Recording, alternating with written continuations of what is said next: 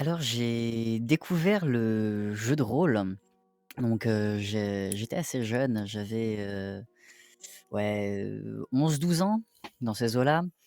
Mon premier jeu de rôle, c'était sur table, hein, c'était plus, jeu de plateau, à ce moment-là, plus que jeu de rôle vraiment. C'était, un jeu de plateau, qui s'appelle La Hache et le Feu. Un jeu de plateau, donc jeu de rôle, les 2, hein, assez sympathique où, on avait le choix entre 3 personnages, c'est-à-dire le guerrier, le pyromancien ou, du coup, le médecin de guerre, donc le clerc. Et on devait parcourir un donjon, qui se formait aléatoirement, au fur et à mesure de l'aventure. Mais j'ai vraiment découvert le vrai jeu de rôle, donc avec ce qu'on appelle le théâtre de l'esprit, hein, sans carte, avec uniquement les descriptions, du maître jeu, ou game master, en anglais, qui nous contait son histoire. C'était dans son propre monde, hein, à l'époque. Là, j'avais déjà, du coup, 15-16 ans. C'était assez particulier parce que, au début, je m'y plaisais beaucoup parce que voilà, c'était un ami qui m'avait fait, rentrer à la table. Je ne connaissais ni le MJ ni les autres joueurs. Mais au début, c'était assez sympathique, voilà, je voyais pas les défauts parce que j'étais émerveillé de découvrir un nouvel univers. Du coup, je me suis vite écarté pour au final écrire le mien. 3 ans à écrire et qui aura été joué, pendant 3 ans et demi, les terres de Nivaria ou Landselnarlen, pour les plus récents, en Westmarch. Le principe, c'est qu'il n'y a pas de groupe à proprement parler. J'avais une vingtaine de joueurs qui évoluaient chacun, de leur côté pour, au final, faire un peu ce qu'ils voulaient. Il y en avait qui faisaient partie, du clan des méchants, d'autres qui étaient neutres, d'autres qui faisaient partie du bien et et voilà, c'est comme ça que j'ai découvert le jeu de rôle et que je suis rentré dans cette spirale, infernale, si je puis dire et que j'ai évolué avec le temps. Donc cela fait maintenant, 12 ans que je suis, joueur et donc et 7 ou 8 ans que je masterise. Donc les Landers, donc mon clan, ma famille, en est, les personnages principaux, étant donné que c'est une lignée de 6 personnages.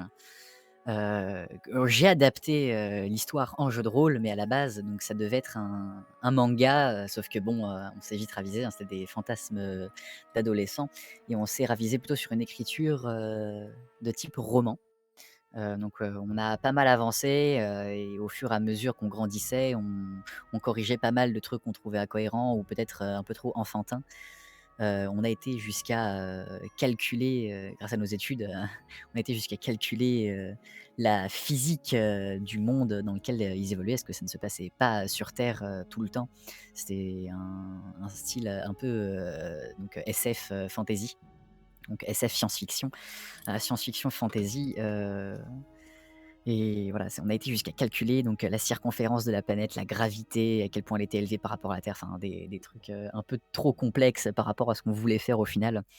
Mais l'histoire a été assez, développée et elle reste ancrée dans nos têtes et depuis ce jour, donc je m'amuse à adapter les Landers, un peu partout, dans chaque jeu de rôle où je vais. Mais je crois qu'en effet, il y en a un. Alors c'est pas tant le personnage en lui-même, mais le joueur plus le personnage s'appelle, Grom, Grom Brister. C'est un barbare, d'un clan qui, vénère, le combat, la vaillance et l'honneur et qui aimera toujours, se rapprocher de l'élément de la foudre, pour, se mêler à ses attaques, fulgurantes au corps à corps. Donc du coup, moi, j'étais le débutant de la table, hein, j'étais le plus jeune, mais du coup, je voyais mes comparses, donc on était 3 joueurs et un MJ. Donc moi, je jouais le pyromancien à l'époque, parce que, faire des boules de feu et taper à distance, je trouvais ça sympathique et je voyais mes comparses, mes camarades de jeu qui, étaient, très roleplay, qui faisaient, un jeu d'acteur assez sympathique. Donc c'est là que je suis vraiment rentré dans ce qu'on appelle le roleplay tout simplement. Et le fait de me dire: «Ouais, aujourd'hui, je vais me retrouver à la table avec, mes potes, et on va jouer des personnages, non pas seulement en faisant bouger, des jetons, mais vraiment en étant le personnage, en utilisant une voix qui n'est pas la nôtre, un caractère qui n'est pas le nôtre». C'était surtout le jeu d'acteur qui me plaisait, cet acting, ce roleplay qui, m'a vraiment fait tomber amoureux, du jeu de rôle. Ce qui me plaît énormément, c'est de découvrir plein d'univers différents, du Warhammer, Donjons& et Dragons, Pathfinder, Starfinder, hein, le futuriste, le SF fantasy de Pathfinder. Voilà, en passant par les homebrew, hein, comme on les appelle, donc les jeux de rôle écrits, par le MJ lui-même.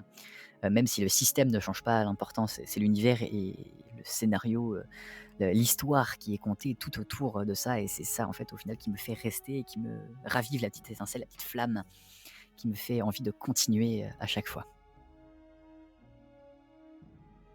La difficulté aujourd'hui, c'est de trouver, un MJ qui restera impartial et qui, peu importe ce qui se passe, acceptera de tuer ses joueurs ou au contraire de ne pas s'acharner, dessus.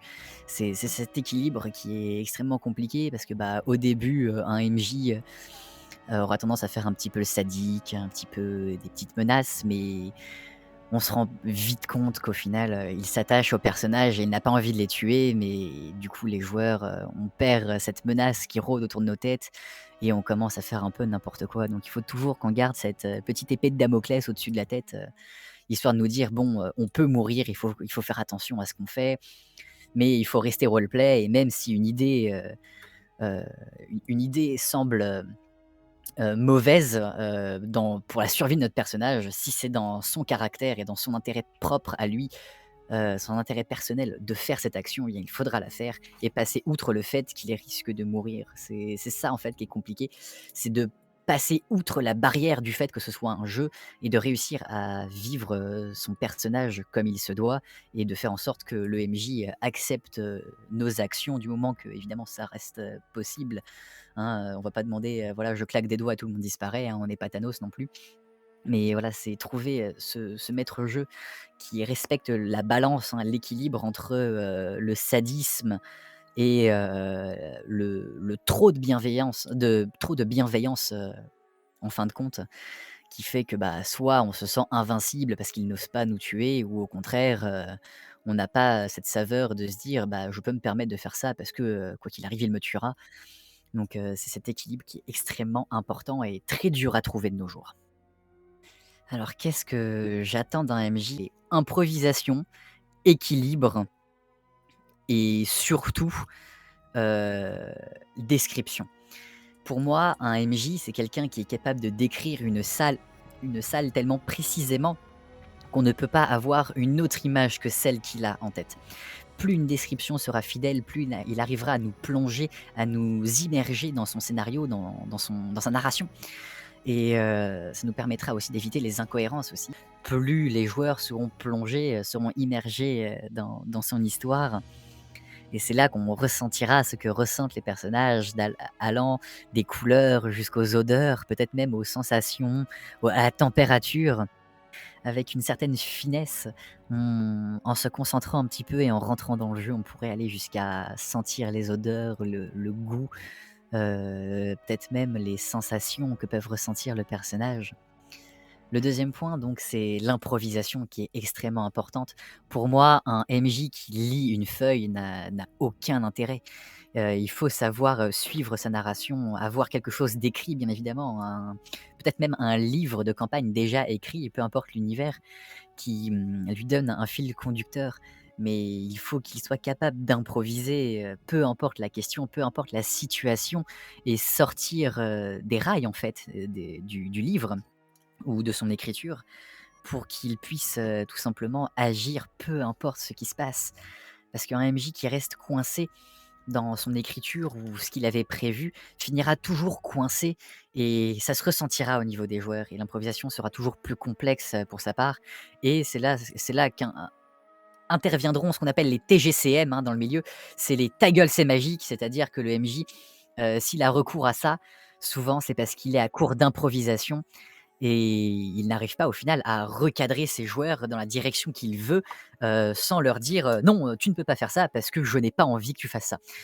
Voilà, c'est moi un MJ qui me fait ça, ça sera très complexe, d'apprécier ce qu'il va faire parce que voilà, donc il va briser le troisième mur et on va être en mode: «Bon, bah, voilà, on est dans un jeu et ça va nous rappeler à l'ordre».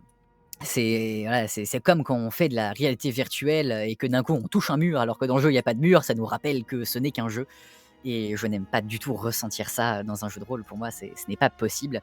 Évidemment, tout MJ ne peut pas être parfait, c'est-à-dire que ça peut quand même arriver qu'il y ait une panne d'improvisation. On a tous, nos faiblesses, on a tous des moments où on est plus fatigué, où on n'est pas forcément d'humeur, on n'a pas forcément envie de réfléchir, ça arrive. Mais un MJ qui ferait ça à chaque session, pour moi, est un MJ soit qui manque d'expérience, soit s'il a une certaine expérience, tout simplement un mauvais MJ, même si ça reste triste à dire. Et donc, le troisième point, on l'a déjà expliqué tout à l'heure, c'est, la question de la balance, de l'équilibre entre, le sadisme «je veux tuer mes joueurs» et la bienveillance du «je ne veux pas tuer mes joueurs». S'il faut réussir à atteindre un certain équilibre, entre les 2 pour, entre la bienveillance pour pas que les joueurs se sentent invincibles et le sadisme pour que les joueurs ne soient pas blasés de se dire: «Quoi que je fasse, je vais mourir». C'est voilà, c'est cet équilibre qui est très important, on ne doit pas avoir l'impression de jouer contre le MJ ou avec le MJ. C'est le MJ, en fait, on ne doit pas se dire: «Que va décider le MJ?» Non, non, on doit se dire: «Que va décider les personnages que nous narre le MJ?» On ne doit pas essayer d'anticiper, en fait, la volonté du maître jeu. On doit se dire, on doit pas se dire, je sais pas, imaginons le MJ s'appelle David, on doit pas se dire: «Bah tiens, que va décider David?» Non, le personnage s'appelle, je sais pas moi, Ekna, eh bien, que va décider Ekna? Je ne veux pas je ne veux pas penser au MJ, je veux penser au personnage qu'il va nous narrer, qu'il va nous conter au fur et à mesure, de son histoire. Du coup, oui, j'ai 2 petits trucs, à partager. Donc, premièrement, c'est, mon Discord, personnel, hein, que j'ai monté, qui est multigaming, et jeux de rôle principalement, bien évidemment, qui accueille, beaucoup de tables, hein. Toutes les tables sont la bienvenue, tous les univers sont acceptés. On propose, régulièrement, des one shot, donc moi, mon milieu de prédilection, c'est de faire des improvisations, c'est-à-dire que je n'écris absolument rien. C'est on me donne un thème et je pars en full improvisation, sur celui-ci, même si je reste, quand même, bien dans mon petit confort, c'est-à-dire l'immersion horreur.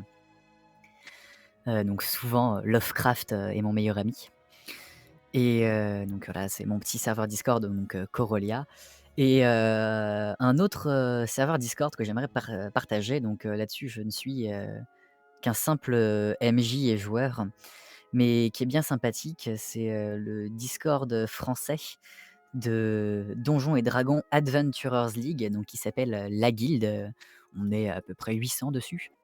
On a des nouveaux joueurs tous les jours. C'est un concept, assez sympathique, je vous invite à aller sur, le Discord pour, ceux qui sont curieux de ce principe. C'est du jeu de rôle un peu particulier parce que c'est pas, une campagne, ou des one shot, classiques. Il y a quelques petites particularités, mais je vous invite à aller sur le serveur pour, en savoir plus. Et si je devais juste conseiller une chose, c'est si jamais vous avez une mauvaise expérience dans le jeu de rôle, dites-vous que c'est peut-être soit l'ambiance du groupe, soit la narration, ou peut-être simplement l'univers qui ne vous plaît pas. Essayez d'explorer plusieurs univers, plusieurs tables, plusieurs MJ, de ne pas rester tout le temps avec, les mêmes personnes, à la même table, histoire de découvrir, tous les univers possibles, toutes les nuances de beauté que le jeu de rôle peuvent offrir.